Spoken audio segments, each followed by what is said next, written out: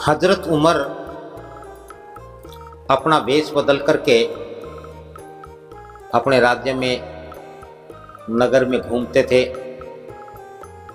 और वे जानने का प्रयास करते थे कि राज्य में किसी को किसी प्रकार का कोई दुख दर्द, कोई तकलीफ परेशानी तो नहीं।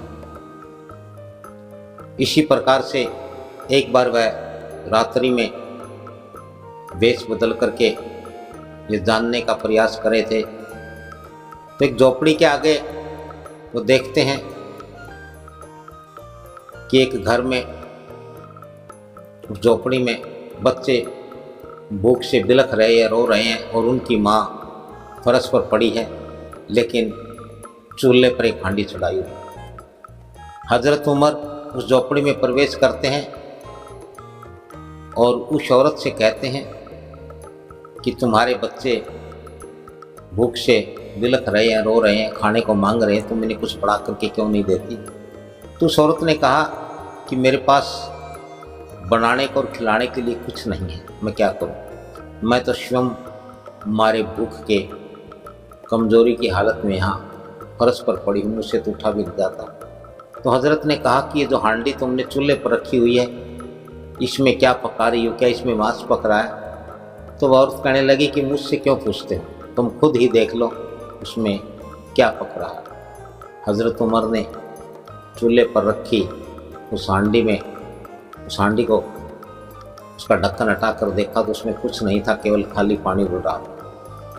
तो उसने उस औरत से कहा कि ये खाली पानी उबल रहा है क्यों? कहती इसमें कुछ खाने के लिए नहीं है, बस मैं तो ये बच्चों को बहलाने के लिए ये हांडी चूल्हे पर रखी हुई है कि ये किसी तरह भूखे ही सो जाए इस आस में, लेकिन ये है कि आज सो नहीं रहे हैं क्योंकि भूख आज अपने चरम पर है।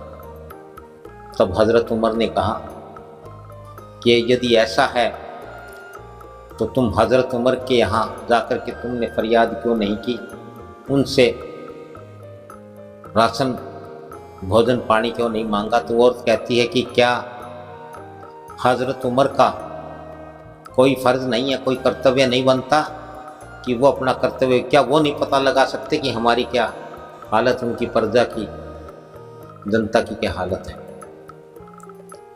तो हजरत उमर कहने लगे कि इतना बड़ा राज्य है, इतने लोगों में बता सबका हजरत उमर कैसे पता कर सकते? तो वो औरत कहने लगी, हजरत उमर ने जब मेरे पति को युद्ध में भेज दिया तो क्या वह इस बात का पता नहीं लगा सकते कि उस युद्ध में गए सिपाही के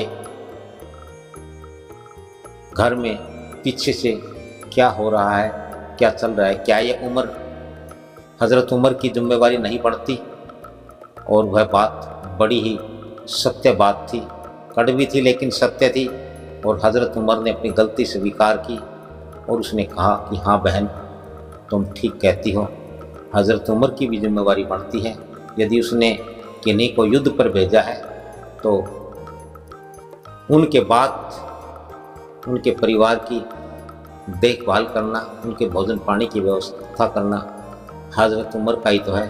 तभी हजरत उमर ने शाही खजाने से उनके लिए खाने का राशन मंगवाया और आगे की समुचित व्यवस्था की। तो ये बात सत्य है, केवल प्रजा का ही नहीं, राजा का भी, शासक का भी, शाह का भी कर्तव्य बनता है कि वह अपनी प्रजा की देखभाल अपने स्तर पर करे, क्योंकि उसके पास तो बहुत प्रकार के साधन होते हैं, जासूस के रूप में और अन्य संदेशवाहक के रूप में।